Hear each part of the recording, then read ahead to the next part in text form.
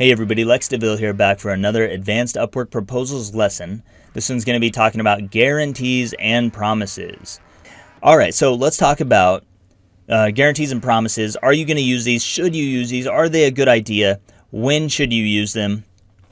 Lots of great questions. So, when I started writing proposals early on in my early days of Upwork, I used guarantees and promises all the time. So, I don't know, I wouldn't say so much promises. I don't like to make promises. Many of you out there do this, and I don't think it's a very good idea. I don't like to promise anything that I can't deliver. So if I can deliver something, I might promise that, but rarely will I use the word promise, because I don't want to like lock myself into a corner, you know. I don't want to trap myself in a corner with no way out. A lot of people do this. They, like copywriters, for instance, they'll say, I will make you 10 times more sales than you've had in the last year. Or I'll increase your sales by 100 times. Well, if you say that and you don't do that, then that makes you a liar, and the client isn't going to give you good feedback. You're not going to have a good experience. So, promises, just avoid them. You'll save yourself a lot of trouble if you just avoid promises. Now, let's talk about guarantees. Guarantees are a well-known sales tactic. They're well-known in the copywriting world. I don't think that many people use them in Upwork, though. A lot of people just skip over them. They're like, if I guarantee this person their money back, then, and they just, what if they just take my stuff and run? Well, part of this is doing your due diligence. If you're finding good clients in the first place, they're not going to take your stuff and run. That would cause a whole world of problems with them. That would cause problems in the sense that you're going to contact Upwork, you're going to leave them negative feedback, it's going to be harder for them to get freelancers to work with them. I mean, it causes all kinds of problems. So, don't worry so much about clients taking your stuff and running. Most clients aren't going to do that unless you're just working with crappy people, which that's on you because you've already learned what to look for in a good client. But guarantees, would I ever guarantee the money back? Yes, I've done that multiple times. I've done that in a lot of situations. I've done that on gigs as large as $8,000. I've guaranteed money back. And this is something that you're going to have to decide on your own. I don't do it all the time. I will let you know that. I am not one to be money back guaranteeing my stuff. I don't usually like money back guarantees. It's more of a last resort. So if I'm going to send a money back guarantee, I used to do it because I needed to get a foot in the door. I needed a way to get a leg up over the competition, right? And if you're trying to add value and you don't have a lot of social proof, you don't have a lot of credibility markers, you don't have a lot of 5-star feedback and reviews on your profile, then maybe a money back guarantee makes sense, because again, you're trying to prove that you're competent, and that's going to make the client confident in you so they can feel comfortable working with you. But if you don't have a whole lot to show that you're competent or to give them confidence in you, how do you make them comfortable? Well, one way to do that is to give them a reason to be comfortable. It's risk-free. You're making this thing risk-free when you give a money-back guarantee. So if you don't have a lot of proof to back up what you can do, that's where a money-back guarantee might come in. So if you work with me, I guarantee I will do X, or I will deliver X, or your money back. If that doesn't happen, then you pay nothing. You just get your money back. I'll send it right back to you, and you will have that.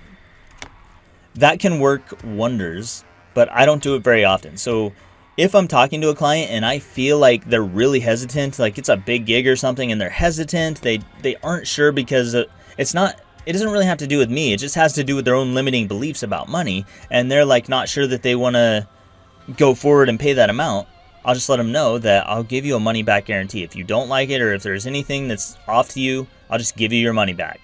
And you're taking some risk, but if you aren't willing to take risk, it's not going to pay off. So I landed an $8,000 gig recently by mentioning a money back guarantee, and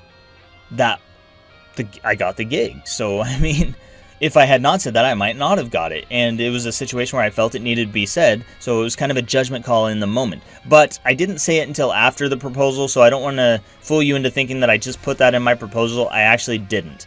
But in the past, I have done that a lot. And I think that a lot of freelancers who are trying to get their start can benefit from putting a money-back guarantee into your proposal, either at the call to action or preferably maybe a PS statement. That's where you'll find it a lot of times.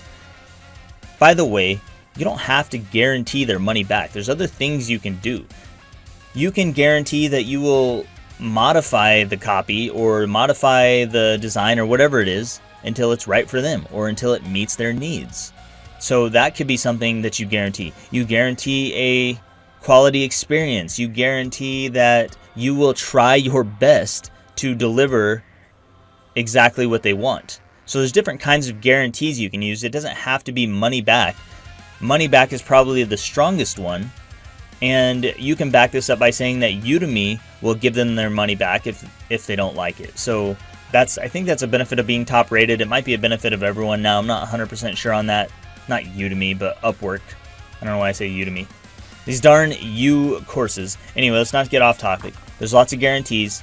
Pick one that makes sense for you based on what you're trying to do. Do you want to guarantee their money back, or do you just want to guarantee that you will try to 10 times their sales? So you're not saying you will, you're not saying that you're going to 10 times their sales, okay? Let's be very clear about that, because when it comes to copywriting, when it comes to influence and persuasion, there is linguistics are everything. What you say matters. If you were ever to go to court over an issue like this and you said, I guarantee I will try to earn you 10 times your sales, the judge is going to say, he didn't say he was going to guarantee you. He didn't guarantee you 10 times your sales. Judge Judy's going to say he guaranteed that he would try. That's all he guaranteed. He guaranteed he would try. He did not guarantee he would increase your sales times 10. And, I've actually seen examples of this in contracts on Judge Judy. Sorry, the show is ridiculous sometimes, but there's some good takeaways, because you can see how a judge might interpret the law or might interpret a situation. And you can just send this in your proposal, and it's going to help put their mind at ease. It's going to help them feel comfortable moving forward with you. So that's my thoughts on that. Avoid promises if you can. Use guarantees when it makes sense, and make sure that you use a guarantee that makes sense for you, the situation you're in, and what you feel comfortable guaranteeing that person. Because if you make a money back guarantee and they actually ask for their money back, you're going to have to give that to them. And you may have already spent half that. That's going to be a problem if you got a $4,000 gig and you got to give $2,000, $2,000 immediately, and you got to come up with the other $2,000 because you already spent it. That's bad. Anyway, that's all I've got for this lesson. If you have any questions or comments or anything, shoot them over to me and I'll try to answer them as best as I can. I guarantee you I will answer your questions and or comments as best as I can if there is time permitting. No, seriously, I'll try to get back to you though. That's all for this lesson. I'll see you in the next one.